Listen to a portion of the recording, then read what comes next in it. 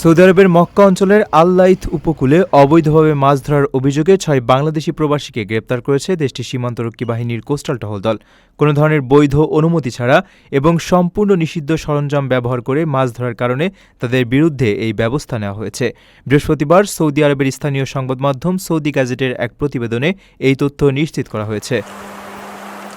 Saudi সীমান্তরক্ষী বাহিনীর পক্ষ থেকে জানানো হয়েছে, সামুদ্রিক নিরাপত্তা বিধি লঙ্ঘনের দায়ে ইতিমধ্যেই ওই বাংলাদেশিদের বিরুদ্ধে আইনি পদক্ষেপ গ্রহণ করা হয়েছে। সংশ্লিষ্ট কর্তৃপক্ষের সঙ্গে সমন্বয় করে এই অভিযান চালানো হয়। মূলত সৌদি আরবের অমূল্য সামুদ্রিক সম্পদ রক্ষা এবং এর পরিবেশগত ভারসাম্য বজায় রাখার উদ্দেশ্যেই প্রশাসনের তরফ থেকে এই ধরনের কঠোর পদক্ষেপ নেওয়া হচ্ছে বলে জানানো হয়েছে। সামুদ্রিক পরিবেশ রক্ষায় স্থানীয় জনসাধারণকেও সচেতন হওয়ার আহ্বান জানিয়েছে সীমান্তরক্ষী বাহিনী। পরিবেশ বা বন্যপ্রাণীর বিরুদ্ধে যে কোনো ধরনের লঙ্ঘন বা অপরাধমূলক কর্মকাণ্ড চোখে পড়লে তা দ্রুত প্রশাসনকে জানানোর নির্দেশ দেওয়া হয়েছে।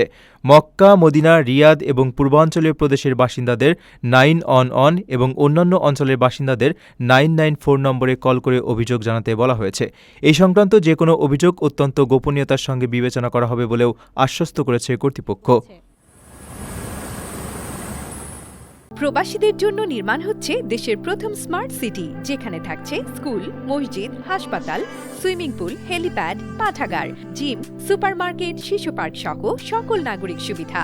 মাত্র ৩০ লাখ টাকা বিনিয়োগে মিলছে আকর্ষণীয় ফ্ল্যাট। প্লাটিনাম ইনভেস্টরদের জন্য ঢাকা বিমানবন্দরে ভিআইপি প্রোটোকল সুবিধা। বিস্তারিত জানতে যোগাযোগ করুন স্ক্রিনে দেয়া হোয়াটসঅ্যাপ অথবা ইমো নাম্বারে।